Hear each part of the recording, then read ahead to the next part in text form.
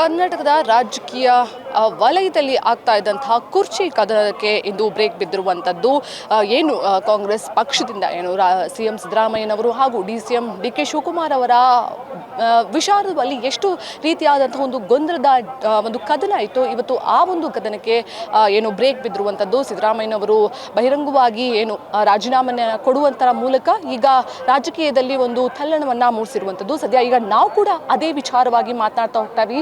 ಇವಾಗ ನಾವು ಸಿಎಂ ನಿವಾಸದ ಮುಂದೆ ನಾವಿರುವಂಥದ್ದು. ಸಿಎಂ ಸಿದ್ದರಾಮಯ್ಯನವರು ಏನು ರಾಜಭವನಕ್ಕೆ ಹೋಗಿ ಒಂದು ಏನು ಅವರು ನಿರ್ಧರಿಸಿ ತೆಗೆದುಕೊಂಡಂತಹ ಒಂದು ಅರ್ಜಿಯನ್ನು ಏನು ರಾಜಭವನಕ್ಕೆ ಕೊಟ್ಟು ರಾಜೀನಾಮೆಯನ್ನು ಕೊಟ್ಟು ತದನಂತರದಲ್ಲಿ ಅವರು ಸಿಎಂ ನಿವಾಸಕ್ಕೆ ಬಂದು ಅವರು ಒಂದು ಪ್ರೆಸ್ ಮೀಟನ್ನು ಇಟ್ಕೊಂಡು ಅದಾದ ನಂತರದ ಪತ್ರಿಕಾಗೋಷ್ಠಿಯಲ್ಲಿ ಅವರು ಸಾಕಷ್ಟು ಅವರ ರೀತಿಯಾದಂತಹ ಒಂದು ಮಾತುಗಳನ್ನು ಹೇಳಿದ್ದಾರೆ. ನಾನು ಸಕ್ರಿಯವಾಗಿ ಏನು ರಾಜೀನಾಮೆಯನ್ನು ಕೊಟ್ಟಿದ್ರು ಕೂಡ ಸಕ್ರಿಯವಾಗಿ ನಾನು ಈ ಒಂದು ಏನು ಕಾಂಗ್ರೆಸ್ ಪಕ್ಷೀಯವಾಗಿ ನಾನು ಕೆಲಸವನ್ನು ಮಾಡ್ತಿದ್ದೀನಿ. ಇದಕ್ಕೆ ಯಾವುದೇ ರೀತಿಯಾದಂತಹ ಭೇದ ಭಾವ ಇಲ್ಲ. ಹೈಕಮಾಂಡ್ ಕೂಡ ನನ್ನ ತೀರ್ಮಾನವನ್ನು ಮತ್ತು ಅವರ ತೀರ್ಮಾನವನ್ನು ನಾನು ಇಬ್ಬರೂ ಕೂಡ ಪರಿಗಣಿಸಿ ಎಂದು ನಾನು ರಾಜೀನಾಮೆಯನ್ನು ಕೊಟ್ಟಿರುವಂಥದ್ದು. ಇನ್ನು ನೀವು ಗಮನಿಸ್ತಾ ಇರ್ಬೋದು ಏನು ಸಿಎಂ ನಿವಾಸದ ಮುಂದೆ ಅವರ ಆಪ್ತರು ಬಂದು ಒಂದು ಸಂಭ್ರಮಾಚರಣೆಯನ್ನು ಆಗಿರ್ಬೋದು ಅವರ ಒಂದು ಹಳಲನ್ನ ಅವರು ತೋಡ್ಕೊತಾ ಇರುವಂಥದ್ದು. ನೀವು ಗಮನಿಸ್ತಾ ಇರ್ಬೋದು ಸಿಎಂ ನಿವಾಸದ ಮುಂದೆ ಎಲ್ಲರೂ ಕೂಡ ಬಂದು ಅವರು ಅವರದ್ದೇ ಆದಂಥ ಒಂದು ರೀತಿಯಲ್ಲಿ ಅವರು ಇರುವಂಥದ್ದು.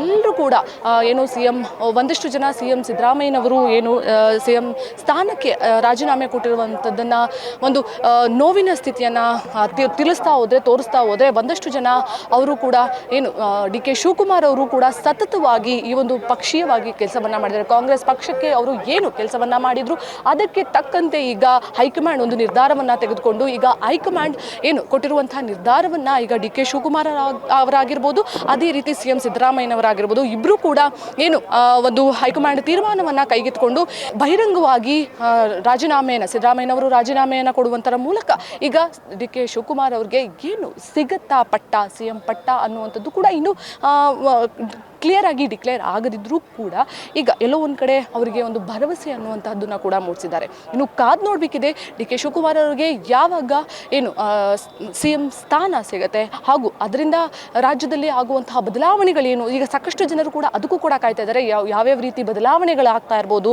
ಬದಲಾವಣೆ ಆಗಬಹುದು ಭವಿಷ್ಯದಲ್ಲಿ ಅನ್ನುವಂಥದ್ದು ಕೂಡ ಎಲ್ಲರೂ ಕಾಯ್ತಾ ಇರುವಂಥದ್ದು.